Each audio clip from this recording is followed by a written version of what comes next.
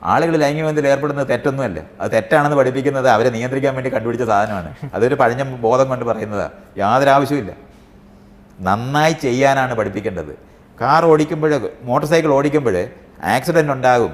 അപ്പം ആ ആക്സിഡൻറ്റ് ഉണ്ടാകാതിരിക്കുന്നതിന് വേണ്ടി ഹെൽമെറ്റ് ധരിക്കണമെന്ന് പറയും, അല്ലെങ്കിൽ സീറ്റ് ബെൽറ്റ് ഇടണമെന്ന് പറയും, അല്ലെങ്കിൽ എയർ ബാഗ് ഉപയോഗിക്കണമെന്ന് പറയും. ഈ സാധനങ്ങളല്ല, അല്ലാതെ പെരക്കകത്ത് വെച്ച് പൂട്ടനാണെന്നോ നിങ്ങൾ പഠിപ്പിക്കുന്നത്? മാതാവ്, സഹോദരി, മകൾ പോലെയുള്ള അടുത്ത രക്തബന്ധമുള്ളവരോട് ലൈംഗിക ബന്ധം സമ്മതിച്ചു കിട്ടണം. ഈ വേദിയിൽ അത് പറയാൻ പറ്റുമെന്ന് എനിക്കറിയില്ല. അതിനാണ് ഇൻസിസ്റ്റ് എന്ന് പറയുന്നത്. അമ്മമാരും സഹോദരിമാരും ശരിക്കും മനസ്സിലാക്കണം. ഇത് പ്രചരിച്ചു തുടങ്ങിയത് കൊണ്ടാണ് നമ്മുടെ കേരളത്തിൽ സ്വന്തം മകനെ കൊണ്ട് ഗർഭിണിയാകുന്ന മാതാവ് ഉണ്ടായിത്തീർന്നത്. അങ്ങനെ ഒരു റിപ്പോർട്ട് പുറത്തു വന്നത്. നിരവധിയായ പെൺമക്കൾ അച്ഛന്മാരെ കൊണ്ട് ഗർഭിണികളാവേണ്ടി വരുന്നത്.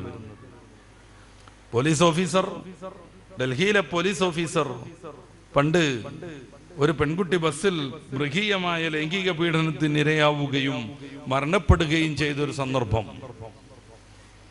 കേരളവും ഇന്ത്യയും ഒക്കെ അത് ധാരാളം ചർച്ച ചെയ്തിരുന്നു. പോലീസുകാരുടെ ശ്രദ്ധക്കുറവ് കൊണ്ടാണ് ഇത് സംഭവിക്കുന്നത് എന്ന രീതിയിൽ ആക്ഷേപമുണ്ടായപ്പോൾ ഡൽഹിയിലെ പോലീസ് ഓഫീസർ പത്രസമ്മേളനം വിളിച്ചിട്ട് അയാൾ കണക്കുകൾ ഉദ്ധരിച്ചുകൊണ്ട് പറഞ്ഞു, പെൺകുട്ടികൾ കൂടുതൽ പീഡിപ്പിക്കപ്പെടുന്നത് ഗാർഹിക പീഡനങ്ങളാണ്. എന്ന് വെച്ചാൽ അച്ഛനിൽ നിന്നും, വല്യച്ഛനിൽ നിന്നും, ജ്യേഷ്ഠനിൽ നിന്നും, അമ്മാവനിൽ നിന്നും. അച്ഛനും പെൺകുട്ടിയും ഒന്നിച്ചു പോകുമ്പോൾ പോലീസിന് അവിടെ എന്ത് റോളുണ്ടെന്ന് അയാൾ പത്രക്കാരോട് ചോദിച്ചു. എന്തുകൊണ്ടിങ്ങനെ? ഞാൻ കേരളത്തിൻ്റെ തെക്ക് ഭാഗത്താണ് ഇത് സംസാരിക്കുന്നത്. നിങ്ങളുടെ നാടിനോട് ഏകദേശം ഓരം ചേർന്ന് നിൽക്കുന്ന കോട്ടയത്തുള്ള മനുപ്രസാദ് എന്ന് പറയുന്ന യുക്തിവാദികളുടെ നേതാവുണ്ട്. അയാൾ ഞങ്ങളുടെ നാട്ടിൽ കോഴിക്കോട് വന്നിട്ട് ഒരു വലിയ പ്രോഗ്രാമിൽ അവതരിപ്പിച്ച വിഷയം തന്നെ ഇൻസിസ്റ്റിന്റെ പ്രത്യേകതകളായിരുന്നു. മറന്നുപോകരുത്, ഇൻസിസ്റ്റ് എന്ന് പറഞ്ഞാൽ മലയാളം കുറച്ചുകൂടെ ടഫാണ്, അഗമ്യഗമനം. വിഷയം ഞാൻ പറഞ്ഞു തരാം. സ്വന്തം മകളെയും സ്വന്തം സഹോദരിയെയും സ്വന്തം ഉമ്മയെയും ലൈംഗിക ബന്ധം അനുവദിക്കണമെന്ന് പറയുന്ന വളരെ കുരുത്തം കെട്ട താന്തോന്നിത്തം. ഇത് യൂറോപ്പിൽ മാത്രമല്ല പ്രചരിപ്പിച്ചുകൊണ്ടിരിക്കുന്നത്, നമ്മുടെ കേരളത്തിലും വരുന്നു. അവിടെ നിരവധിയായ പുസ്തകങ്ങളുണ്ട്. യുക്തിചിന്ത പോലെയുള്ള, യുക്തിവിചാരം പോലെയുള്ള കണക്കുകൾ എൻ്റെ മുന്നിലുണ്ട്. അതിൻ്റെ പേജുകളും എൻ്റെ മുമ്പിലുണ്ട്. ലൈംഗികത എന്ന് പറഞ്ഞാൽ ഒരു വിലക്ക് കൊണ്ട് നിയന്ത്രിക്കപ്പെടേണ്ടതല്ലെന്നും അതൊരു നൈസർഗികമായ രീതിയാണെന്നും അതിനു മുമ്പിൽ ഇത്തരം ബന്ധങ്ങളൊന്നും ഒരു ബന്ധനമാവാൻ പാടില്ലെന്നും വളരെ ഗൗരവത്തിൽ ആലോചിക്കണം. എന്തുകൊണ്ട് ഇസ്ലാമിക വേദിയിൽ നിന്ന് ഇത്തരം ആദർശങ്ങളെ ശക്തമായി എതിർക്കേണ്ടി വരുന്നു? കേരളം കേരളമായി നിലനിൽക്കാൻ, മനുഷ്യൻ മനുഷ്യനായി തുടരാൻ, ഏതെങ്കിലും മൃഗത്തിനെ പോലെ മനുഷ്യൻ അതപ്പതിക്കാതിരിക്കാൻ. ലൈംഗികത ഒരു പാപല്ല എന്നാണ് അവർ പറഞ്ഞു വെക്കുന്നത്. പിന്നെ ആർക്കും ആരുമായും സമ്മതമുണ്ടെങ്കിൽ അതാകാം. ഇവരെല്ലാവരും കൂടെ സമരം ചെയ്തിട്ടാണ് IPC 377 ഇന്ത്യൻ ഭരണഘടനയിൽ നിന്ന്, അല്ലെങ്കിൽ നമ്മുടെ നിയമവ്യവസ്ഥയിൽ നിന്ന് 4 വർഷം മുന്നേ വെട്ടിമാറ്റിയത്. എന്തായിരുന്നു ആ ഒരു വകുപ്പിന്റെ പ്രത്യേകത? അതിൽ വ്യഭിചാരം പാടില്ലെന്നുണ്ടായിരുന്നു. ആണും ആണും തമ്മിലുള്ള സെക്സ്, ഗേ സംസ്കാരം പാടില്ലെന്നുണ്ടായിരുന്നു. പെണ്ണും പെണ്ണുമായുള്ള സെക്സ്, ലെസ്ബിയൻ രീതി പാടില്ലെന്നുണ്ടായിരുന്നു. അതുവരെ പൊളിച്ചു മാറ്റിയതോടുകൂടെ 18 വയസ്സ് പൂർത്തിയായാൽ ആർക്കും ആരുമായും എന്തു ചെയ്യാമെന്ന് ഇന്ത്യയിൽ തീരുമാനം വന്നു. അങ്ങനെയാണ് ഈ തെക്കുഭാഗം കേന്ദ്രീകരിച്ച് 10,000-ഓളം ആളുകളുള്ള ഒരു ഗ്രൂപ്പിനെ 2 വർഷം മുന്നേ പോലീസ് പിടികൂടിയിരുന്നു. എന്താണ് ആ ഗ്രൂപ്പിന്റെ പ്രത്യേകത? ആ ഗ്രൂപ്പ് ഭാര്യമാരെ വെച്ചുമാറുന്നവരായിരുന്നു. വൈഫ് സൈപ്പിംഗ് ആയിരുന്നു അവരുടെ പണി. കേരളത്തിലാകെ വാർത്തയായത് ആദ്യത്തെ 1-2-3 ദിവസം. പിന്നെ അത് അങ്ങനെ കൂമ്പടഞ്ഞു പോയി. ആയിരക്കണക്കിന് ആളുകൾ ഇത് പ്രയോഗവൽക്കരിച്ചിട്ടും ഒരൊറ്റ കേസ് മാത്രമാണ് പിന്നീട് അങ്ങനെ മുന്നോട്ട് പോയത്. എന്തുകൊണ്ട്? ഈ വിഷയത്തിൽ താല്പര്യമില്ലാത്തൊരു സ്ത്രീ അവൾ കേസുമായി മുന്നോട്ട് പോയി. ഭാര്യമാരെ വെച്ച് മാറുക, അതിന് പല രീതികളുണ്ടത്രേ. ഒരു ചേഞ്ച് ആരാണ് ആഗ്രഹിക്കാത്തത് എന്ന് ചില വനിതാ മാഗസിനുകൾ നമ്മളെ പ്രലോഭിപ്പിച്ചുകൊണ്ടിരിക്കും. ആ ചേഞ്ചിന് വേണ്ടി, തനിക്ക് വേണ്ടി ജീവിതം സമർപ്പിക്കുന്ന, തന്നെ ആത്മാർത്ഥമായി വിശ്വസിക്കുകയും സ്നേഹിക്കുകയും ചെയ്ത, തനിക്ക് വേണ്ടി എല്ലാം സമർപ്പിച്ച ഒരു പെണ്ണിനെ മറ്റൊരാൾക്ക് വേണ്ടി കാഴ്ചവെക്കുന്ന അതിനികൃഷ്ടമായ രീതി സാംസ്കാരിക സമ്പന്നരായ നമ്മുടെ കേരളത്തിൽ പോലും ഉണ്ടായി. പക്ഷെ അതെല്ലാം ചീറ്റിപ്പോയി. എന്തുകൊണ്ട്? 377 IPC നിയമം ഇന്ന് ഇന്ത്യയിൽ നിലവിലില്ല. പ്രായപൂർത്തിയായ ഒരാൾക്ക് അയാളുടെ സമ്മതമുണ്ടെങ്കിൽ ആരുമായും എന്തുമാകാമെന്നതാണ് പുതിയ നിയമം. ഈ 10,000-കണക്കിന് ആളുകളിൽ ഒരു പെണ്ണിന് മാത്രമാണ് ഇതിൽ താല്പര്യക്കുറവുണ്ടായത്. അവർ കേസുമായി ഇപ്പോഴും മുന്നോട്ട് പോകുന്നു. ഭർത്താവിൽ നിന്ന് ഡൈവേഴ്സ് കിട്ടണമെന്ന കേസും അവർ ഒന്നിച്ചു കൊണ്ടുപോകുന്നു. ബാക്കിയുള്ള കേസുകളെല്ലാം തള്ളിപ്പോയി. എന്തുകൊണ്ട്? രണ്ടുപേർക്കും സമ്മതമാണെങ്കിൽ അതൊക്കെ റെഡിയാണ് എന്നാണ്. ഇതൊക്കെ ഓർത്ത ആയത്തിൽ പറയേണ്ടതാണ്. ഈ ഒരു ദുഷിച്ച രീതി കേരളത്തിൽ ഉണ്ടാവരുതെന്നതുകൊണ്ടാണ് നമ്മുടെ മക്കൾ നമ്മളെ സംരക്ഷണയിലാകണമെന്ന് നേരത്തെ ഉദ്ഘാടനം ചെയ്ത ഉസ്താദ് പ്രത്യേകം പറഞ്ഞത്. പരിശുദ്ധ ഇസ്ലാമിന് ഏതെങ്കിലും ഒരു തകരാറുള്ളത് കൊണ്ടല്ല. കുറച്ചാളുകളൊക്കെ എക്സ് മുസ്ലിം എന്നൊക്കെ പറഞ്ഞിട്ട് ഇപ്പൊ പ്രത്യക്ഷപ്പെടുന്നത്. എക്സ് മുസ്ലിം എന്ന് പറയുന്നതിന് പോലും വല്ല അർത്ഥമുണ്ടോ എന്ന് ആലോചിച്ചു നോക്കും. എക്സ് MLA എന്ന് പറഞ്ഞാൽ അതൊരു സ്ഥാനമാണ്. അയാൾ മുന്നത്തെ ടൈമിൽ MLA ആയിരുന്നു അതിന്റെ അർത്ഥം. എക്സ് മിനിസ്റ്റർ എന്ന് പറഞ്ഞാൽ അതും അയാളെ കുറിച്ച് ഭൗതിക ലോകത്തെങ്കിലും ഒരു മഹത്വമാണ്. കാരണം മൂപ്പര് മുന്നേ മന്ത്രിയായ ആളാണ്. ഇസ്ലാം പറ്റാത്തത് കൊണ്ടും വെറുത്തിട്ടും ഇറങ്ങിപ്പോയി എന്ന് പറയുന്ന ആളുകൾ പിന്നെ എക്സ് മുസ്ലിം എന്ന് പറയുന്നതിന് എന്താർത്ഥമുള്ളത്? നമ്മളാരും ടോയ്ലറ്റിൽ പോയി വിസർജനം നടത്തിയിട്ട് ആ വിസർജ്യത്തെ കുറിച്ച് എക്സ് ബിരിയാണി എന്ന് പറയാറില്ലല്ലോ. നമ്മൾ ആരെങ്കിലും എക്സ് ഇടിയപ്പം എന്ന് പറയാറുണ്ടോ? അത് പറയാറില്ല. ഒരു മഹത്വവും ഒരു താല്പര്യമുള്ള വിഷയമൊക്കെ ആണെങ്കിൽ എക്സ് എന്ന് പറയും. എക്സ് MLA, എക്സ് പള്ളി ജമാഅത്ത് പ്രസിഡന്റ് എന്നൊക്കെ പറയാം. ഇത് ഇഷ്ടമല്ലാതെ ഇറങ്ങിപ്പോയിട്ട് എക്സ് എന്ന് പറയുന്നത് എന്തിനാണ്? ഞങ്ങളൊക്കെ എക്സുകാരാണ്, എന്നിട്ടും നന്നായിട്ട് ജീവിക്കുന്നുണ്ട്, ഞങ്ങളുടെ ഈ വൃത്തികെട്ട ലോകത്തേക്ക് സ്വാഗതം എന്ന് നമ്മുടെ മക്കളെ പ്രലോഭിപ്പിക്കാനാണ്. വൈജ്ഞാനികമായി വലിയ ഉഷാറൊന്നും ഇല്ലാത്ത കുട്ടികളെ തെരഞ്ഞു പിടിച്ച് വിവിധങ്ങളായ മോട്ടിവേഷൻ നൽകി ഈ ഒരു നിയന്ത്രണത്തിൽ നിൽക്കരുത്, വളയമില്ലാതെ ചാടണം, എന്തും അനുഭവിക്കണം, ഈ ലോകം അനുഭവിക്കാനുള്ളതാണെന്നും പറഞ്ഞു കയറ്റിയിട്ട് ദീനിൽ നിന്ന് തെറ്റിച്ചു കൊണ്ടുപോകുന്നു, ഒരു ചെകുത്താനെ സൃഷ്ടിക്കുന്നു. നമുക്ക് ആരുമായി ആ വിഷയത്തിൽ സംസാരിക്കാം. എന്തുകൊണ്ട് മതമില്ലാതെയാകുമ്പോൾ മനുഷ്യൻ ചെകുത്താനാകുന്നു എന്നത് വളരെ മനോഹരമായ രീതിയിൽ ഒരു ദർസ് പഠിക്കുന്ന മുതാലിമിന് പോലും സമർത്ഥിക്കാൻ പറ്റും. അതുണ്ടാവരുതെന്നതുകൊണ്ടാണ് മതത്തിന്റെ വക്താക്കൾ അവരവരുടെ ആളുകളെയെങ്കിലും സംരക്ഷിക്കണമെന്ന് പിന്നെയും പറഞ്ഞുകൊണ്ടിരിക്കുന്നത്. എന്തിനാണ് മതം? മനുഷ്യൻ ബുദ്ധിജീവിയാണ്. മനുഷ്യന് വിവേകവും ചിന്താശേഷിയുമുണ്ട്. മനുഷ്യന് മാത്രമാണതുള്ളത്. മറ്റ് ജീവികൾക്കൊക്കെ നൈസർഗികമായ ജീവിതം നയിക്കാനേ പറ്റൂ. ഒരു പുതിയ ലോകം സൃഷ്ടിക്കാൻ അവർക്ക് കഴിയില്ല. ജീവിത രീതിയിൽ ഒരു മാറ്റം ഉണ്ടാക്കാൻ അവറ്റങ്ങൾക്ക് സാധ്യമല്ല. എന്തിന്? ഒരു ജോയിന്റ് ഫുഡ് പോലും മനുഷ്യനല്ലാത്ത മറ്റൊരു ജൈവ ലോകത്തും നിലവിലില്ല. ഞാൻ പറയാം, ആട് പുല്ല് തിന്നുമ്പോ ആ പുല്ലെന്നെ തിന്നുന്നു മൂപ്പരാൾ. ആ പുല്ലിനോടൊപ്പം ഒരു ചമ്മന്തി കൂട്ടി തിന്നാൻ ഇതുവരെ ആടിന് സാധിച്ചിട്ടില്ല, ഇനി സാധ്യവുമല്ല. അവരുടെ കൂട് നിർമ്മാണം മുതൽ, ഭക്ഷണം മുതൽ, അവരുടെ ജീവിത രീതി മുതൽ, അവരുടെ പ്രകൃതിയിലെ പ്രയാസങ്ങളെ തരണം ചെയ്യാനുള്ള മാർഗങ്ങൾ മുതൽ, അവരുടെ ലൈംഗിക ബന്ധം വരെ ആ നിയതമായ രീതിയിൽ നിന്ന് മാറുന്നു. ഒരിഞ്ചു പോലും മാറ്റിപ്പിടിക്കാൻ അവർക്ക് സാധ്യമല്ല. കാക്ക എന്ന് പറയുന്ന കേരളത്തിൽ സുലഭമായി കാണുന്ന ഒരു പക്ഷി, ആ പക്ഷിയുടെ കൂട് നിർമ്മാണത്തിൽ ഇപ്പോഴും ഒരു മാറ്റമില്ല. ആദം നബിയുടെ കാലത്ത് കാക്കയുള്ളതിനെ കുറിച്ച് ഖുർആൻ പരാമർശിക്കുന്നുണ്ട്. എത്ര വർഷമായി കാണും? ഇതുവരെ കാക്കയുടെ ജീവിത രീതിയിൽ ഒരു മാറ്റവും വന്നില്ല. മോളെ കല്യാണം കഴിക്കാനായി വീട്ടിലൊരു റൂം നിർമ്മിക്കണമെന്നൊരു കാക്കയും വിചാരിച്ചില്ല. നല്ല മഴക്കാലം വരുന്നു, എൻ്റെ കൂടിന് മുകളിൽ ഒരു പ്ലാസ്റ്റിക്കിന്റെ കവർ വെച്ചിട്ട് ഒരു റൂഫ് നിർമ്മിക്കണമെന്നൊരു കാക്കയും ഇതുവരെയും വിചാരിച്ചില്ല. നല്ല മഴയത്ത് അതങ്ങനെ കൊണ്ടിരിക്കും.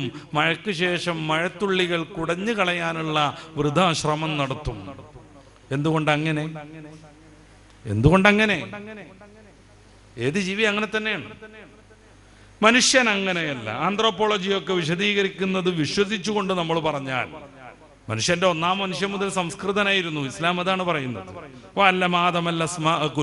എല്ലാ വിജ്ഞാനവും നേടിയ ആളായിരുന്നു ഒന്നാം മനുഷ്യൻ.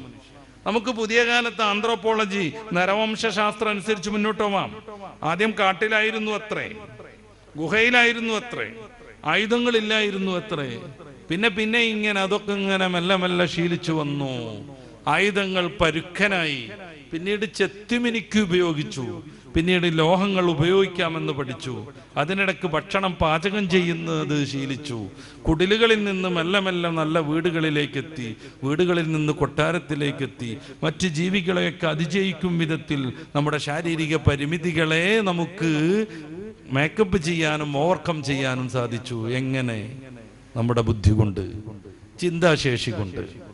മനുഷ്യന് മാത്രമാണ് കുറെ പൊതുകാര്യങ്ങൾ പരിശോധിച്ച് ഒരു നിയമത്തിലേക്ക് എത്തിച്ചേരാൻ പറ്റുന്നത്. മനുഷ്യൻ മാത്രമാണ് താഴേക്ക് ആപ്പിള വീഴുമ്പോ എന്തുകൊണ്ട് ഇത് താഴേക്കെന്ന് ചിന്തിക്കുന്നത്. മനുഷ്യൻ ബുദ്ധിമാനായതുകൊണ്ട് തന്നെ അവന് എല്ലാ നിയമങ്ങളെയും അതിജയിക്കാനും കഴിയും. നമ്മൾ കാട്ടിനെ കുറിച്ച് ആലോചിച്ച് നോക്കൂ. നമ്മുടെ ചിത്രകഥകളിൽ കാട്ടിൽ സിംഹം രാജാവായത് കാണും, കുറുക്കൻ മന്ത്രിയുമായിരിക്കും. യഥാർത്ഥ ലോകത്ത് സിംഹത്തിന് അറിയില്ല അത് കാട്ടിലെ രാജാവാണെന്ന്. മന്ത്രിക്ക് അറിയില്ല ഞാൻ ഒരു വലിയ സംഭവമാണെന്ന്.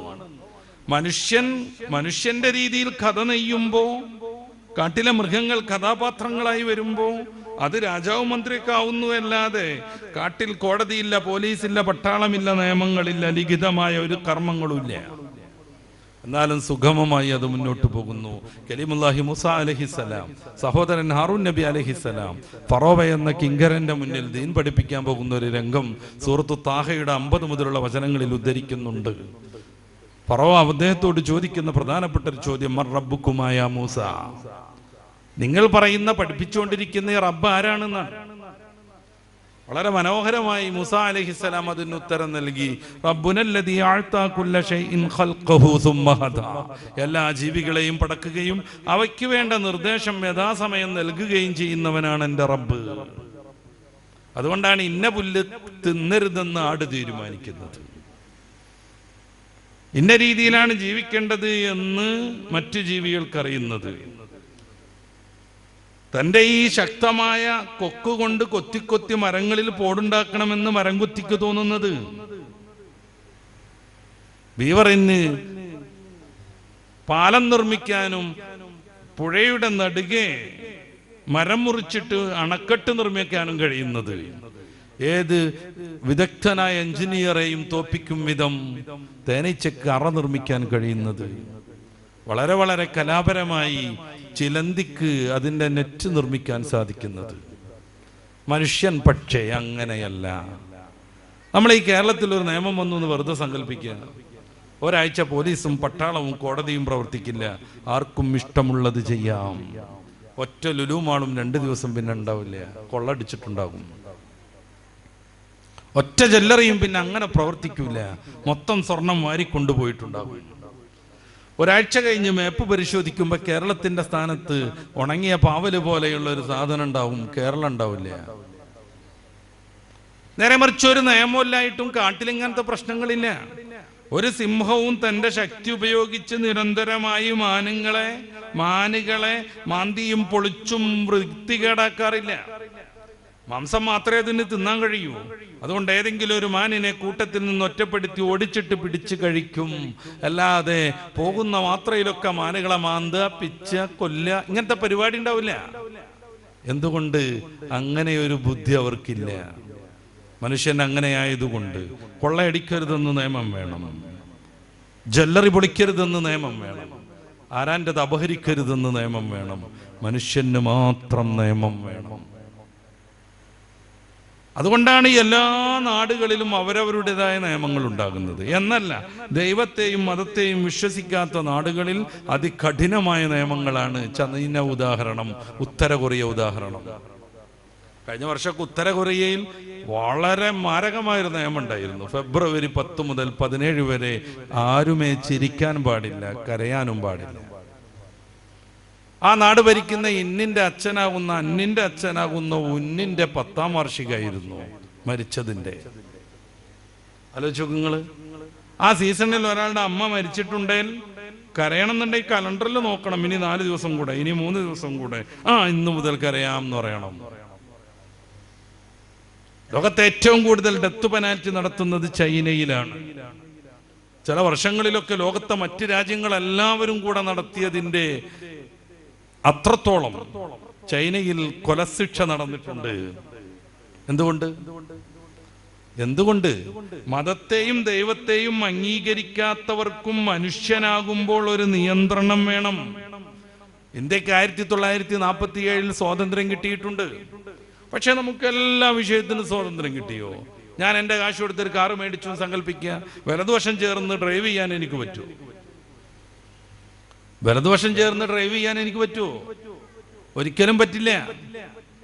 നമ്മുടെ നാട്ടിൽ നന്നായിട്ട് നിലവാരത്തിൽ ഒരു സ്കൂൾ പ്രവർത്തിക്കുന്നുണ്ട്. ഞാൻ എൻ്റെ 2-3 മക്കളെയും കൊണ്ടിട്ട് അവിടെ കൊണ്ടുപോയിട്ട് ഒരു ക്ലാസ് റൂം കയറ്റി ഇരുത്താൻ പറ്റുമോ? ഇല്ല. പറ്റുമോ? പറ്റൂലല്ലോ. ഇന്ത്യക്ക് സ്വാതന്ത്ര്യം കിട്ടിയില്ലെന്ന് കരുതിയിട്ട് ഞാൻ KSRTC ഇറങ്ങുമ്പോൾ അതിന്റെ സീറ്റും പറിച്ചുകൊണ്ട് പോരാൻ പറ്റുമോ? മനുഷ്യനാണോ ചില നിയമങ്ങളിൽ ബന്ധിതനാണ്? സർവതന്ത്ര സ്വാതന്ത്ര്യം എന്നൊക്കെ പറയുന്ന ചില മാഞ്ഞാളുണ്ട് ഇപ്പോ. സർവതന്ത്ര സ്വാതന്ത്ര്യം, അതേക്കുറിച്ചാണ് നമ്മൾ ലിബറലിസം എന്നൊക്കെ പറയൽ.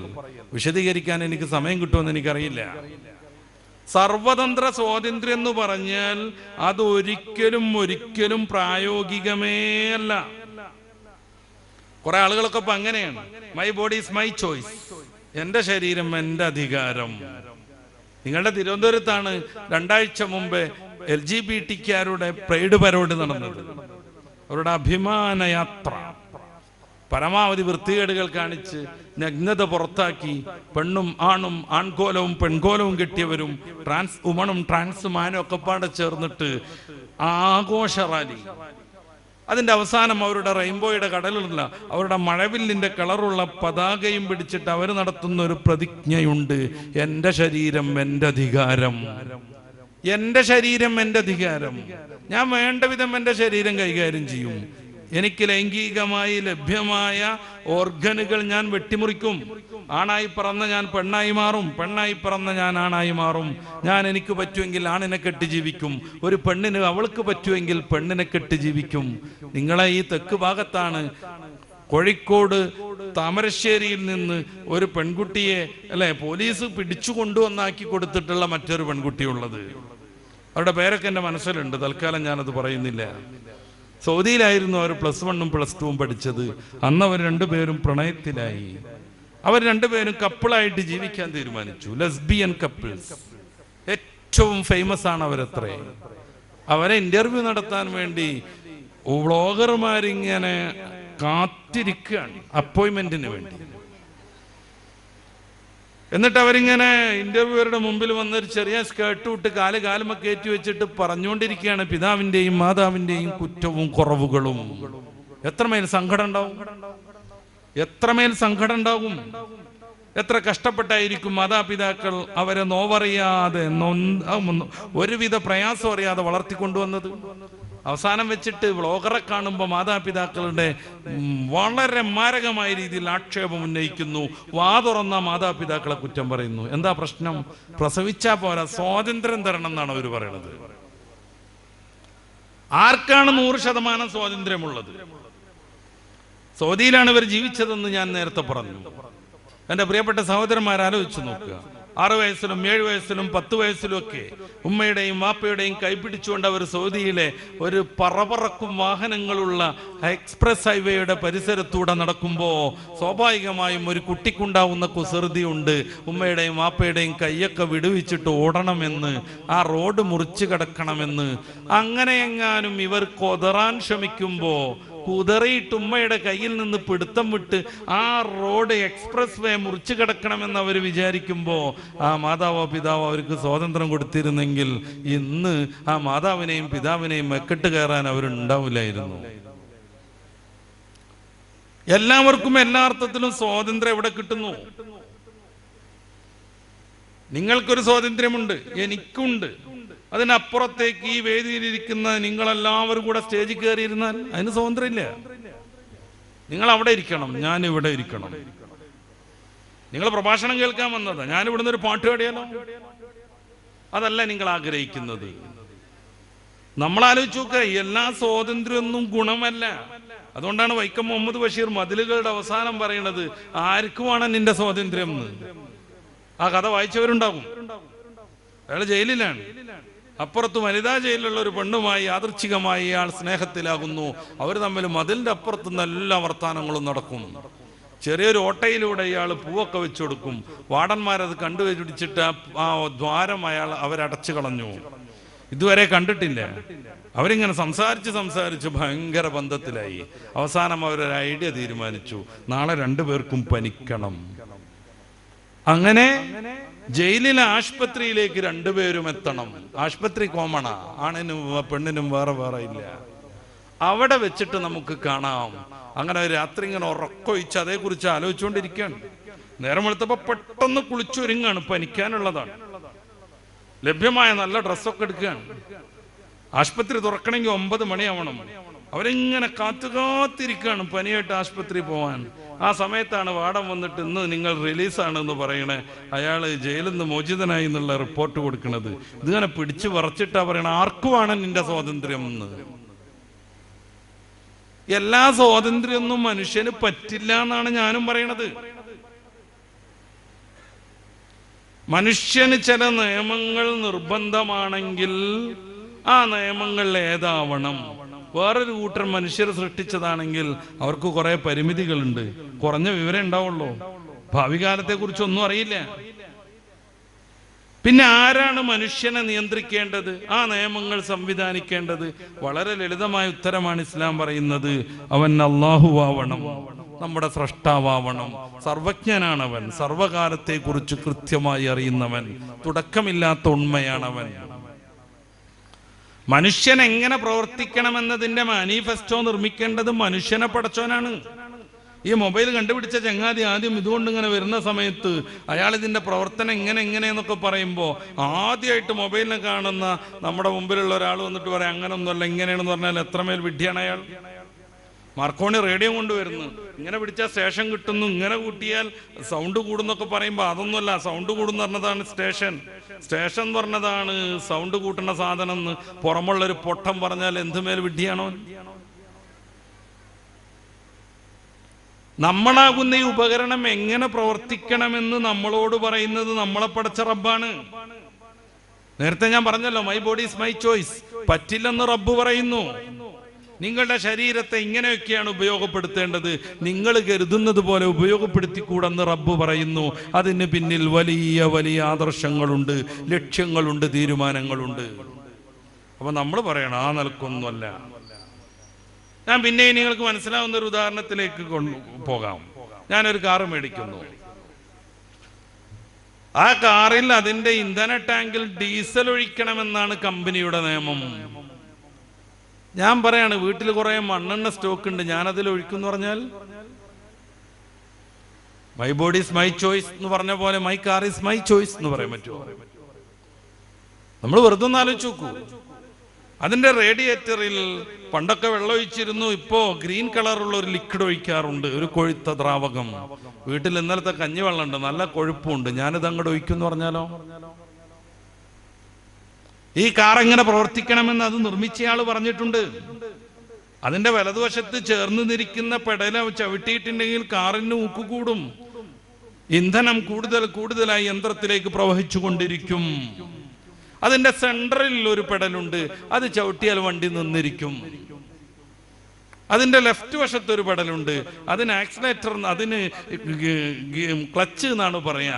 അത് ഉപയോഗിക്കേണ്ടത് ഇന്ന സമയത്താണ് എന്നൊക്കെ കമ്പനി അതിന്റെ ഒരു ബുക്കിൽ, അതിന്റെ ഒരു ചെറിയ നോട്ടീസിൽ എഴുതി തരുമ്പോ ഒരു പൊട്ടനായ ഡ്രൈവർ ഇങ്ങനെ വിചാരിക്കുകയാണ്, ഇത് എന്റെ കാറാ, ഫുൾ കാശ് ഞാൻ കൊടുത്തിട്ടുണ്ട്, ടയോട്ടയായിട്ട് ഒരു ബാധ്യതയും നിലനിൽക്കണില്ല, ഇത് ഞാൻ കൂടെ ടാക്സ് കൊടുക്കുന്ന റോഡാണ്, my car is my choice, എൻ്റെ കാർ ഞാൻ എനിക്ക് ഇഷ്ടമുള്ള മാതിരി ഉപയോഗിക്കുമെന്നൊരു പൊട്ടൻ തീരുമാനിച്ചാൽ, ഒരു വളവിൽ അത്യാവശ്യം 90 സ്പീഡിൽ ഇയാൾ ഇങ്ങനെ പാറിക്കൊണ്ടിരിക്കുകയാണ്.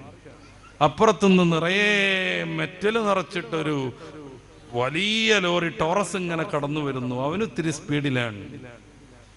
രണ്ടുപേരും ഇങ്ങനെ ഇങ്ങനെ ചുംബിക്കാൻ നിൽക്കുകയാണ്. ആ സമയത്താണ് കമ്പനിക്കാരന്റെ നിയമം ഓർമ്മ വരുന്നത്. സെന്ററിലെ പെടല് ആഞ്ഞു ചവിട്ടണം. ഒരു യുക്തിവാദിയായിരുന്നു കാർ ഓടിച്ചുകൊണ്ടിരിക്കുന്നത്. ഞാൻ സർവതന്ത്ര സ്വാതന്ത്ര്യനാണ്, എൻ്റെ car, my car is my choice.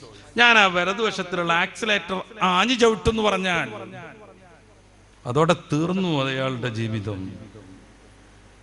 അതോടെ തീർന്നു അയാളുടെ ജീവിതം. എന്തേ, കാർ അയാളുടേതല്ലേ? ആണ്. അയാളല്ലേ കാശ് കൊടുത്തേ? അതും ശരിയാണ്. ടാക്സ് കൃത്യമായി അടക്കുന്നില്ലേ? ആണ്, ഉണ്ട്, ഒക്കെ റെഡിയാണ്. പക്ഷെ അയാൾ ഇഷ്ടം പോലെ അയാളുടെ കാർ ഉപയോഗിക്കാൻ കഴിയില്ല. അവിടെ സെന്ററിലുള്ള പെടൽ ആഞ്ഞു ചവിട്ടണം, വണ്ടി നിൽക്കണം, അല്ലെങ്കിൽ ടോറസിന്റെ ഉള്ളിലേക്ക് ഇത് കയറിപ്പോകും. അത് വലിച്ചെടുക്കാൻ തന്നെ കുറെ ആളുകൾ മെനക്കെടേണ്ടി വരും. വളരെ ലളിതമാണ് ഞാൻ പറയുന്നത്.